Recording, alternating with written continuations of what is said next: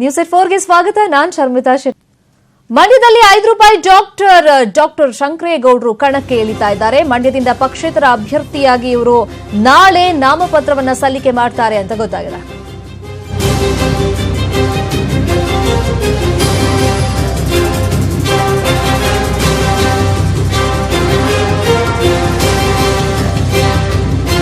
ಮಂಡ್ಯದಲ್ಲಿ ₹5 ಡಾಕ್ಟರ್ ಶಂಕರೇಗೌಡರು ಕಣಕ್ಕಿಳಿತಾರೆ. ಈ ಹಿಂದೆ ಕೂಡ ಈ ಬಗ್ಗೆ ಸುದ್ದಿಯಲ್ಲಿತ್ತು. ಬಟ್ ಯಾವ ಪಕ್ಷದಿಂದ ನಿಲ್ತಾರೆ ಅಥವಾ ಪಕ್ಷೇತರರಾಗಿ ನಿಲ್ತಾರೋ ಅನ್ನೋ ಬಗ್ಗೆ ಕ್ಲಾರಿಟಿ ಇರಲಿಲ್ಲ. ಬಟ್ ಈಗ ಜೆಡಿಎಸ್ ನಿರೀಕ್ಷೆಯಲ್ಲಿದ್ರು ಅವರು ಜೆಡಿಎಸ್ ಇಂದ ತನಗೆ ಟಿಕೆಟ್ ಸಿಗಬಹುದು ಅಂತ. ಬಟ್ ಈಗ ಜೆಡಿಎಸ್ ಇಂದ ಟಿಕೆಟ್ ಸಿಕ್ಕಿಲ್ಲ.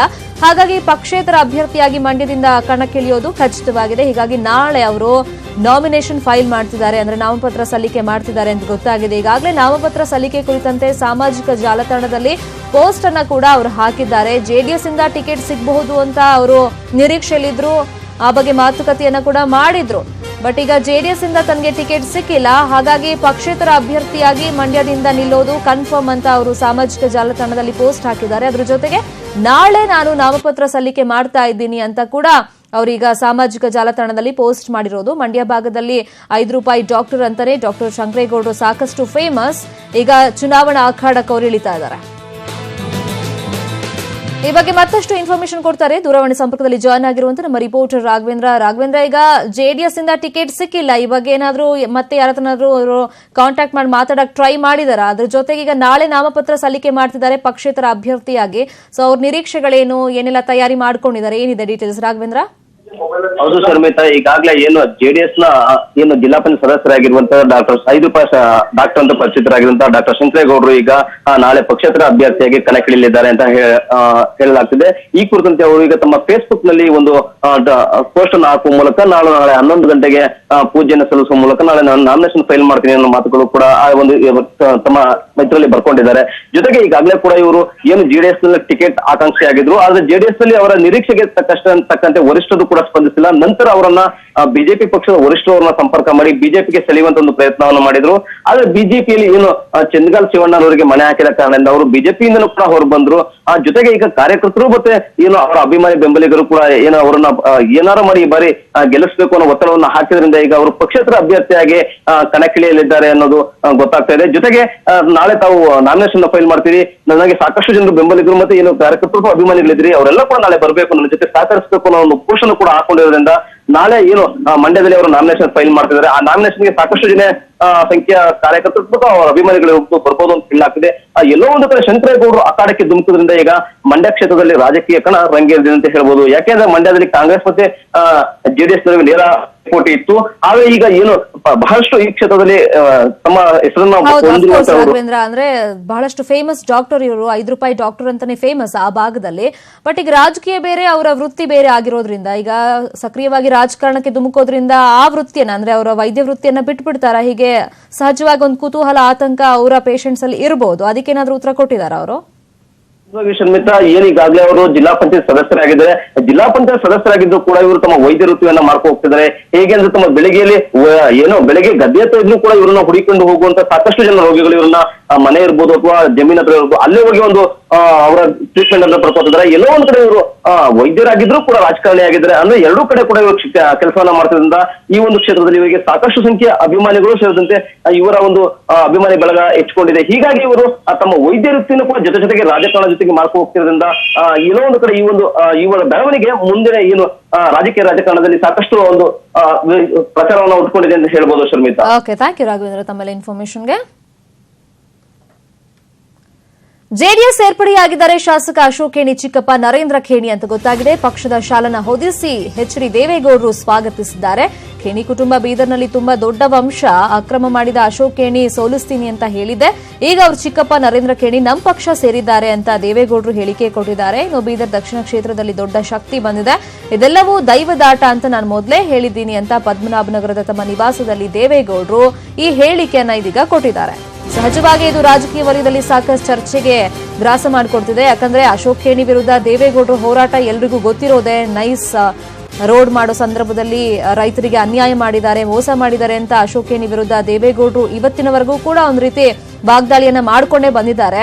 ಯಾವಾಗ ಕಾಂಗ್ರೆಸ್ ಪಕ್ಷಕ್ಕೆ ಅಶೋಕ್ ಖೇಣಿ ಅವರು ಜಾಯಿನ್ ಆದ್ರು ಆ ಟೈಮಲ್ಲೂ ಕೂಡ ವಾಗ್ದಾಳಿ ಮಾಡಿ ಬಹುಶಃ ಬಿಬಿಎಂಪಿಯಿಂದ ಮೈತ್ರಿಯನ್ನ ಮುರ್ಕೊಂಡೆ ಜೆಡಿಎಸ್ ಅಂತೆಲ್ಲ ಮಾತುಕತೆ ನಡೀತಾ ಇತ್ತು. ಬಟ್ ಈಗ ಅಶೋಕ್ ಖೇಣಿ ಅವರ ಚಿಕ್ಕಪ್ಪ ನರೇಂದ್ರ ಖೇಣಿ ಅವರು ಈಗ ಜೆಡಿಎಸ್ ಸೇರ್ಪಡೆಯಾಗಿದ್ದಾರೆ. ಸೊ ಈ ಬಗ್ಗೆ ಮತ್ತಷ್ಟು ಇನ್ಫಾರ್ಮೇಶನ್ ಕೊಡ್ತಾರೆ. ಫೋನ್ ಸಂಪರ್ಕದಲ್ಲಿ ಜಾಯ್ನ್ ಆಗಿರುವಂತಹ ನಮ್ಮ ರಿಪೋರ್ಟರ್ ಜನಾರ್ದನ್ ಹೆಬ್ಬಾರ್, ಈ ಕ್ಷಣದವರೆಗೂ ಕೂಡ ದೇವೇಗೌಡರು ಅಶೋಕ್ ಖೇಣಿ ವಿರುದ್ಧ ಹೋರಾಟ ಮಾಡ್ತಾನೆ ಇದ್ದಾರೆ, ವಾಗ್ದಾಳಿ ಮಾಡ್ತಾನೆ ಇದ್ದಾರೆ. ಬಟ್ ಅವ್ರ ಚಿಕ್ಕಪ್ಪ ನರೇಂದ್ರ ಖೇಣಿ ಅವರೀಗ ಜೆಡಿಎಸ್ ಪಕ್ಷಕ್ಕೆ ಜಾಯ್ನ್ ಆಗಿದ್ದಾರೆ. ಸೊ ಇದ್ರ ಯಾವ ರೀತಿ ಪ್ಲಸ್ ಆಗುತ್ತೆ, ಈ ಸಂದರ್ಭದಲ್ಲಿ ಏನೆಲ್ಲ ಪ್ರಸ್ತಾಪ ಮಾಡಿದ್ರು ಹಾಗಾದ್ರೆ ದೇವೇಗೌಡರು? ಶರ್ಮಿತಾ, ದೇವೇಗೌಡರು ಇವತ್ತು ಬೆಳಿಗ್ಗೆಯಿಂದ 2-3 ಸರಿ ಮಾತನಾಡಿದ ಸಂದರ್ಭದಲ್ಲಿ ಎಲ್ಲವೂ ಕೂಡ ದೈವದ ಆಟ ಅನ್ನೋ ಮಾತನ್ನ ಹೇಳ್ತಾರೆ. ಆದ್ರೆ ಈಗ ಏಕಾಏಕಿಯಾಗಿ ದೈವದ ಆಟ ಅಲ್ಲ, ಇದು ಮೊದಲಿಂದಲೂ ಕೂಡ ದೇವೇಗೌಡರು ಒಂದು ಪ್ಲಾನ್ ಅನ್ನು ಮಾಡ್ತಾನೆ ಇದ್ರು.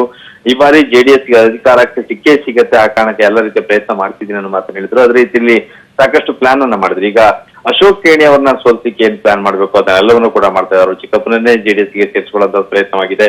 ಈಗ ಅವ್ರನ್ನ ಪಕ್ಷಕ್ಕೆ ಸೇರಿಸಿಕೊಂಡಿದ್ದಾರೆ. ಅವರು ಕೂಡ ಸ್ಪಷ್ಟವಾಗಿ ಮಾಧ್ಯಮಕ್ಕೆ ಹೇಳಿಕೆಯನ್ನು ನೀಡಿದ್ದಾರೆ. ಅಶೋಕ್ ಖೇಣಿ ಅವ್ರನ್ನ ಸೋಲ್ಸೋದೇ ನಮ್ಮ ಗುರಿ, ಆ ಭಾಗದಲ್ಲಿ ಜೆಡಿಎಸ್ಗೆ ಶಕ್ತಿ ತುಂಬ್ತೀವಿ ಅಂತ ಮಾತನ್ನ ಹೇಳಿದ್ದಾರೆ. ಕೇವಲ ಅಶೋಕ್ ಖೇಣಿ ಮಾತ್ರ ಅಲ್ಲ, ಆ ಭಾಗದಲ್ಲಿ ಇನ್ನಷ್ಟು ಶಕ್ತಿ ಸಿಗತ್ತೆ. ಆ ಕ್ಷೇತ್ರ ಮಾತ್ರ ಅಲ್ಲ, ಬೇರೆ ಎಲ್ಲ ಸುತ್ತಮುತ್ತ ಕ್ಷೇತ್ರಕ್ಕೂ ಕೂಡ ಹೆಲ್ಪ್ ಆಗತ್ತೆ ಅನ್ನೋ ಮಾತನ್ನ ಹೇಳಿದ್ದಾರೆ. ಅಂದ್ರೆ ಸಾಕಷ್ಟು ಪ್ಲಾನ್ ಅನ್ನ ದೇವೇಗೌಡರು ಮಾಡ್ಕೊಳ್ತಾನೆ ಇದ್ದಾರೆ. ಆ ಭಾಗದಲ್ಲಿ ಏನೆಲ್ಲ ಮಾಡ್ಬೇಕು, ಉತ್ತರ ಕರ್ನಾಟಕ ಭಾಗದಲ್ಲಿ ಏನು ಮಾಡ್ಬೇಕು ಅದನ್ನು ಕೂಡ ಪ್ರಯತ್ನ ಮಾಡಿದ್ದಾರೆ. ರೇವು ನಾಯಕ್ ಬೆಳಮಗಿ ಅವ್ರನ್ನು ಕೂಡ ಪಕ್ಷಕ್ಕೆ ಸೇರಿಸಿಕೊಂಡಿದ್ದಾರೆ. ಅಂದ್ರೆ ಜೆಡಿಎಸ್ ಅಧಿಕಾರಕ್ಕೆ ಬರ್ಲಿಕ್ಕೆ ಏನೆಲ್ಲ ಪ್ಲಾನ್ ಬೇಕು ಅದೆಲ್ಲವನ್ನೂ ಕೂಡ ಮಾಡ್ತಾ ಇದ್ದಾರೆ. ಕಾದ್ ನೋಡಿ ಅಂತೇಳಿ ದೇವೇಗೌಡರು ಮೊದಲಿಂದನೇ ಹೇಳ್ತಾ ಇದ್ರು. ಅವ್ರು ಹೇಳ್ದ ಹಾಗೆ ಎಲ್ಲಾ ಪ್ಲಾನ್ ಅನ್ನು ಕೂಡ ಮಾಡ್ತಾ ಇದ್ದಾರೆ. ಅದೆಲ್ಲೂ ಕೂಡ ಸಕ್ಸಸ್ ಆಗ್ತಾ ಇದೆ. ಹಾಗಾಗಿ ದೇವೇಗೌಡರಿಗೆ ಇನ್ನಷ್ಟು ಹುಮ್ಮಸ್ಸು ಬಂದಿದೆ. ಈಗ ಅಶೋಕ್ ಖೇಣಿ ಅವರ ವಿರುದ್ಧವೇ ತೊಡೆ ತಟ್ಟಲಿಕ್ಕೆ ಬಹಳ ದೊಡ್ಡ ಅಸ್ತ್ರ ದೇವೇಗೌಡರಿಗೆ ಸಿಕ್ಕಿದೆ. ಹಾಗಾಗಿ ಆ ಭಾಗಕ್ಕೆ ಹೋಗಿ ದೇವೇಗೌಡರು ಪ್ರಚಾರ ಮಾಡೋದಕ್ಕೂ ಕೂಡ ಒಂದು ಸಿದ್ಧತೆಯನ್ನ ಮಾಡ್ಕೊಳ್ತಾ ಇದ್ದಾರೆ. ಮತ್ತು ಅಶೋಕ್ ಖೇಣಿ ಅವರು ಚಿಕ್ಕಪ್ಪ ಸೇರಿದಾಗ ಅವ್ರು ಇನ್ನೊಂದರ ಅವರ ಬೆಂಬಲಿಗರನ್ನು ಸಹಿತ ಪಕ್ಷಕ್ಕೆ ಸೇರಿಸಿಕೊಳ್ಳೋದು ನಿಟ್ಟಿನಲ್ಲಿ ಕೂಡ ಚರ್ಚೆ ನಡೆದಿದೆ. ಶರ್ಮಿತಾ, ಥ್ಯಾಂಕ್ ಯು ಹೆಬ್ಬಾರ್ ತಮ್ಮ ಇನ್ಫಾರ್ಮೇಶನ್ಗೆ. ಬದಾಮಿಯಲ್ಲಿ ಸ್ಪರ್ಧಿಸಲು ಮುಂದಾದ ಸಿಎಂಗೆ ಬಿಗ್ ಶಾಕ್ ಆದಿದೆ. ಯಾಕಂದ್ರೆ ಸಿದ್ದರಾಮಯ್ಯ ವಿರುದ್ಧ ತೊಡೆ ತಟ್ಟಲು ಚಿಮ್ಮನಕಟ್ಟಿ ರೆಡಿ ಆಗ್ತಾ ಇದ್ದಾರೆ. ಸಿಎಂ ವಿರುದ್ಧವೇ ಬಂಡಾಯ ಅಭ್ಯರ್ಥಿಯಾಗಿ ಕಣಕ್ಕಿಳಿಯಲು ಚಿಮ್ಮನಕಟ್ಟಿ ಇದೀಗ ಚಿಂತನೆಯನ್ನ ಮಾಡ್ತಾ ಇದ್ದಾರೆ ಅಂತ ಗೊತ್ತಾಗಿದೆ. ಇನ್ನು ಬಂಡಾಯ ಅಭ್ಯರ್ಥಿಯಾಗಿ ಸ್ಪರ್ಧಿಸೋ ಬಗ್ಗೆ ಇವತ್ತು ಅವರು ಆಪ್ತರ ಜೊತೆ ಒಂದು ಸಭೆಯನ್ನ ನಡೆಸ್ತಾರೆ. ಅದಾದ್ಮೇಲೆ ಡಿಸೈಡ್ ಮಾಡ್ತಾರೆ. ಬಟ್ ಇಲ್ಲಿ ಅವ್ರು ಕೇಳ್ತಿರೋದು ತಮ್ಮ ಹೆಸರು ಘೋಷಿಸೋ ಬದಲು ದೇವರಾಜ್ ಹೆಸರನ್ನ ಪ್ರಕಟಿಸಿದ್ ಯಾಕೆ ಅಂತ. ಇನ್ನು ಸಿಎಂ ನಡೆಯಿಂದ ಬೇಸತ್ತು ಸಿಎಂ ವಿರುದ್ಧವೇ ಕಣಕ್ಕಿಳಿಯೋದಕ್ಕೆ ಚಿಮ್ಮನಕಟ್ಟಿ ಅವರಿಗೆ ನಿರ್ಧಾರ ಮಾಡಿಕೊಂಡಿದ್ದಾರೆ. ಅವರ ಆಪ್ತರೊಂದಿಗೆ ಇವತ್ತೊಂದು ಸಭೆಯನ್ನ ಮಾಡ್ತಾರೆ. ಅದಾದ್ಮೇಲೆ ಈ ಬಗ್ಗೆ ಘೋಷಣೆ ಮಾಡ್ತಾರೆ ಅಂತ ಇದೆ.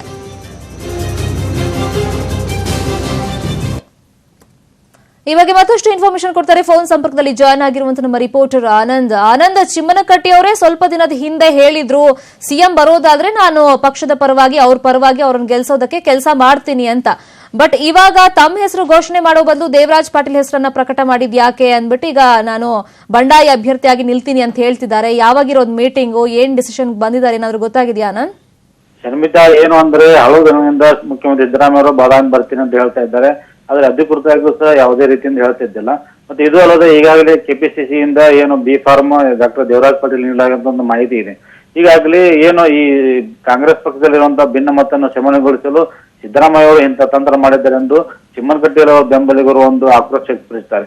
ಹೀಗಾಗಿ ಕೊನೆಗಳಲ್ಲಿ ಬಾದಾಮಿಯಿಂದ ಏನು ದೇವರಾಜ್ ಪಾಟೀಲ್ ಅವರಿಗೆ ಸಪೋರ್ಟ್ ಮಾಡಿದರೆ ಅವಾಗ ನೀವು ಏನು ಮಾಡುತ್ತೀರಿ, ನಿಮ್ ಕೈಯಿಂದ ಏನು ಸಾಧ್ಯ ಆಗೋದಿಲ್ಲ ಅಂತ ತಿಳಿದು ಏನು ಚಿಮ್ಮನಕಟ್ಟಿ ಅವರು ಅವರ ಬೆಂಬಲಿಗರು ನೀವು ಪಕ್ಷೇತರ ಮಾಡಿ ಅಕಸ್ಮಾತ್ ದೇವರಾಜ್ ಪಾಟೀಲ್ ಅವರು ಇದು ಏನೋ ಒಂದು ನಾಮಪತ್ರ ಬಿ ಫಾರ್ಮ್ ಸಿಕ್ಕದಾದ್ರೆ ನೀವು ಪಕ್ಷೇತರಾಗಿ ಸ್ಪರ್ಧಿಸಿರಿ, ಇದರಿಂದ ಯಾವುದೇ ಒಂದು ಸಮಸ್ಯೆ ಆಗಲ್ಲ ಅಂತ ಈಗಾಗಲೇ ಅವರು ಬೆಂಬಲಿಗೆ ಒತ್ತಾಯಿಸಿದ್ದಾರೆ. ಈಗಾಗಲೇ ಚಿಮ್ಮನಕಟ್ಟಿ ಅವರು ಒಂದು ಪಕ್ಷೇತರಾಗಿ ಒಂದು ನಾಮಪತ್ರ ಸಲ್ಲಿಸಲು ಸಿದ್ಧತೆ ಮಾಡಿದ್ದಾರೆ. ಏನೋ ಮುಖ್ಯಮಂತ್ರಿ ಸಿದ್ದರಾಮಯ್ಯ ಜೊತೆ ಅವರು ವಿಶ್ವಾಸ ಮೂಡ್ತಾ ಇಲ್ಲ. ಯಾವುದೇ ರೀತಿಯಿಂದ ಕೊನೆಗಳಲ್ಲಿ ಮುಖ್ಯಮಂತ್ರಿ ಸಿದ್ದರಾಮಯ್ಯ ಅವರು ಏನೋ ಒಂದು ಹಿಂದಕ್ಕೆ ಪಡೆದುಕೊಂಡು ದೇವರಾಜ್ ಪಾಟೀಲ್ ಅವರ ಸಮ್ಮುಖದಲ್ಲಿ ನಾಮಪತ್ರ ಸಲ್ಲಿಸಲು ಒಂದು ಆಶ್ಚರ್ಯ ಪಡೆಯಬೇಕಾಗಿಲ್ಲ. ಈ ಹಿನ್ನೆಲೆಯಲ್ಲಿ ಈ ತಂತ್ರವನ್ನು ಏನೋ ಒಂದು ಚಿಮ್ಮನಕಟ್ಟಿ ಅವರು ಏನೋ ಒಂದು ಬೆಂಬಲಿಗರು ಮಾಡ್ತಾ ಇದ್ದಾರೆ. ಇದು ಕೊನೆಗಳಲ್ಲಿ ಒಂದು ಕುತೂಹಲ ಮೂಡಿಸಿದೆ ಅಂತ ಹೇಳಲಾಗುತ್ತದೆ.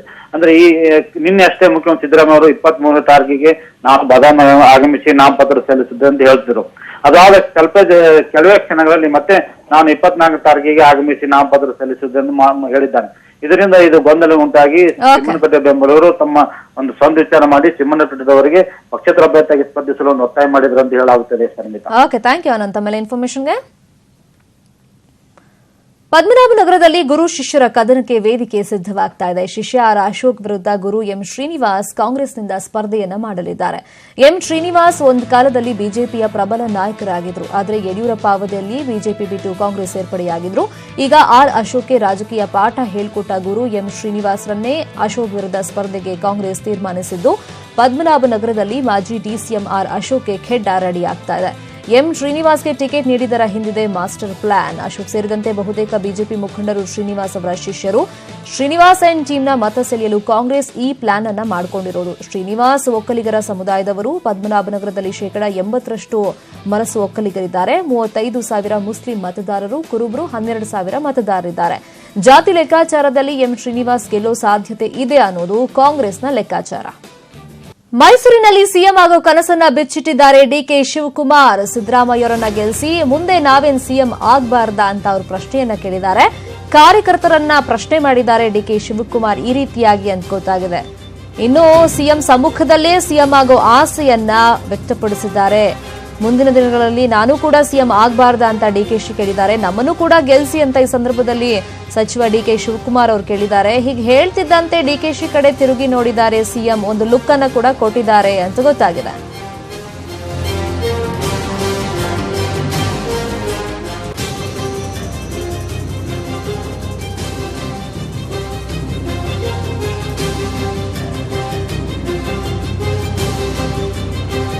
ನಮ್ಮನ್ನು ಕೂಡ ಗೆಲ್ಲಿಸಿ ಅಂತ ಡಿಕೆ ಶಿವಕುಮಾರ್ ಹೇಳಿದ್ರು. ಮೈಸೂರಲ್ಲಿ ಪ್ರಚಾರಕ್ಕೆ ಅಂತ ಹೋಗಿದ್ರು. ಆ ಟೈಮಲ್ಲಿ ಈ ರೀತಿ ಅವ್ರು ಹೇಳಿರೋದು ಅಷ್ಟೇ ಅಲ್ಲ, ನಾನು ಸಿಎಂ ಆಗಬಾರ್ದಾ ಅಂತ ಕೂಡ ಅವರು ಕಾರ್ಯಕರ್ತರ ಮುಂದೆ ಕೇಳಿದ್ದಾರೆ. ಮತ್ತೆ ಸಿಎಂ ಆಗೋ ಕನಸನ್ನ ಡಿಕೆ ಶಿವಕುಮಾರ್ ಅವರು ಬೆಚ್ಚಿಟ್ಟಿದ್ದಾರೆ.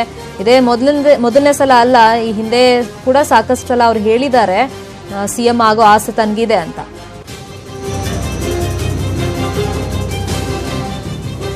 ಇದಕ್ಕೆ ಸಂಬಂಧಪಟ್ಟಂತೆ ಮತ್ತಷ್ಟು ಇನ್ಫಾರ್ಮೇಶನ್ ಕೊಡ್ತಾರೆ. ಮೈಸೂರಿಂದ ನೇರ ಸಂಪರ್ಕದಲ್ಲಿ ಜಾಯ್ನ್ ಆಗಿರುವಂತಹ ನಮ್ಮ ರಿಪೋರ್ಟರ್ ಪುಟ್ಟಪ್ಪ, ಇದೇ ಮೊದಲನೇ ಸಲ ಅಲ್ಲ ಡಿಕೆ ಶಿವಕುಮಾರ್ ಅವರು ತಮ್ಮ ಮನಸ್ಸಲ್ಲಿ ಏನಿದೆ ಅಂತ ಹೇಳ್ಕೊಂಡಿರೋದು, ತನಗೂ ಕೂಡ ಸಿಎಂ ಪಟ್ಟ ಬೇಕು ಅಂತ. ಬಟ್ ಇನ್ಫ್ಯಾಕ್ಟ್ ಇವತ್ತು ಸಿಎಂ ಮುಂದ್ಗಡೆನೆ ಹೇಳಿದ್ದಾರೆ. ಸೊ ಆ ಸಂದರ್ಭ ಯಾವ ರೀತಿ ಆಗಿತ್ತು ಪುಟ್ಟಪ್ಪ? ಖಂಡಿತ ಶರ್ಮಿತಾ, ಏನು ಕಾಂಗ್ರೆಸ್ನಲ್ಲಿ ಸಿದ್ದರಾಮಯ್ಯ ಅವರನ್ನ ಬಿಟ್ಟರೆ ಯಾರು ಸಿಎಂ ಆಗ್ತಾರೆ ಅನ್ನೋ ಒಂದು ಚರ್ಚೆ ಆರಂಭವಾದಾಗ ಮೊದಲನೇ ಹೆಸರು ಕೇಳಿಬರೋದೇ ಡಿಕೆ ಶಿವಕುಮಾರ್ ಅವ್ರದ್ದು.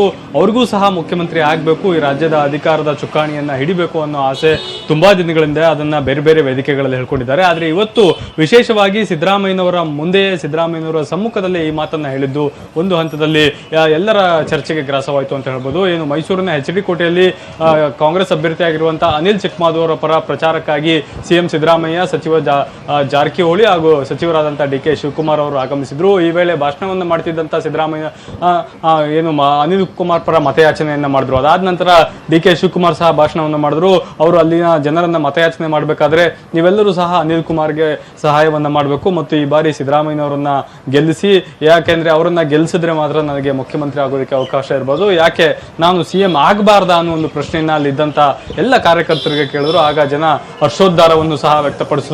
ಆ ಸಂದರ್ಭದಲ್ಲಿ ಸಿಎಂ ಡಿಕೆ ಶಿವಕುಮಾರ್ ಆ ಮಾತನ್ನ ಹೇಳಿದ ತಕ್ಷಣ ಸಿದ್ದರಾಮಯ್ಯನವರು ನೇರವಾಗಿ ಡಿಕೆ ಶಿವಕುಮಾರ್ ಅವರನ್ನ ನೋಡಿದ್ರು. ಅವರಿಬ್ರು ಸಹ ಮುಖದಲ್ಲೇ ಒಂದು ಹಂತದಲ್ಲಿ ಮಾತನಾಡಿಕೊಂಡು ಮತ್ತೆ ಸುಮ್ಮನಾದ್ರು. ಮತ್ತೆ ಮಾತನ್ನ ಮುಂದುವರಿಸಿ ಅವರು ಮತಯಾಚನೆಯನ್ನ ಮಾಡಿದ್ರು. ಅಂದ್ರೆ ಮನಸ್ಸಿನೊಳಗೆ ಇರುವಂತಹ ಆಸೆಯನ್ನ ಡಿಕೆ ಶಿವಕುಮಾರ್ ಅವರು ಇಂತಹ ಬೃಹತ್ ವೇದಿಕೆಗಳಲ್ಲಿ ಬಿಚ್ಚಿಡ್ತಾ ಇರೋದು.